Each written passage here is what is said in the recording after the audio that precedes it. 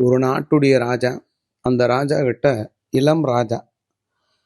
அந்த ராஜா கிட்ட எல்லாரும் வந்து கேட்டாங்க. அந்த அமைச்சரவையில் இருக்கக்கூடிய மக்கள்லாம், எங்களுக்கு வந்து அமைச்சர் பதவி கொடுங்க அப்படின்னாங்க. அதுக்கு அவர் சொன்னார், எல்லாருக்கும் பதவி கொடுக்குறேன், ஒரு ஐ டெஸ்ட் வைப்பேன், அதில் யார் ஜெயிக்கிறீங்களோ அவர்களுக்கு பதவினார். ஒவ்வொரு வேட்பாளரையும் கூப்பிட்டு ஒரு கண்ணாடி கொடுத்து அதில் என்ன போர்டில் எழுதியிருக்க படிங்கன்னார். இதில் என்ன ஒரு ஆச்சரியம்னா, 70% மக்களுக்கு பார்வை குறைபாடு. இந்த மாதிரி இருக்குது, நீங்கள் எல்லாம் வீட்டுக்கு போயிடுங்க. இப்போது வேலைக்கு எடுக்கும்போது கூட என்ன சொல்கிறாங்க, 25லேருந்து 35 வயதுக்குட்பட்டவர்கள் தான் வேலைக்கே எடுக்கிறான்.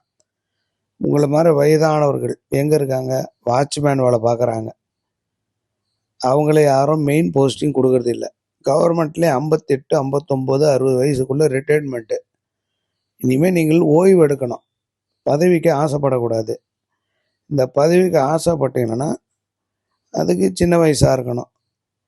அப்படி பதவியில் உட்காந்துட்டு நீங்கள் ஒரு வேளை தவறு பண்ணிட்டீங்க அப்படின்னா உங்களுக்கு ஜெயில் தண்டனை. பரவாயில்லையா? ஏன்னா யாரை பார்த்தாலும் வந்தவுடனே மினிஸ்டர் போஸ்டிங் தான் கேட்குறீங்க. ஒரு மினிஸ்டர் சாதாரணமாக 1000 கோடி சம்பாதிச்சிடலாமா 5 வருஷத்தில். அதில் தான் அதை கேட்குறீங்க. நீங்கள் பேருக்கு எடுத்துகிட்டு போயிட்டீங்கன்னா இந்த அரசாங்கத்துக்கும் பேர் கட்டுறோம். அதனால் வயதானவர்கள் யாருக்கும் வாய்ப்பில்லை.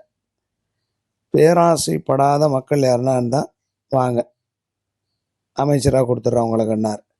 ஒருத்தர் கூட வரலையா.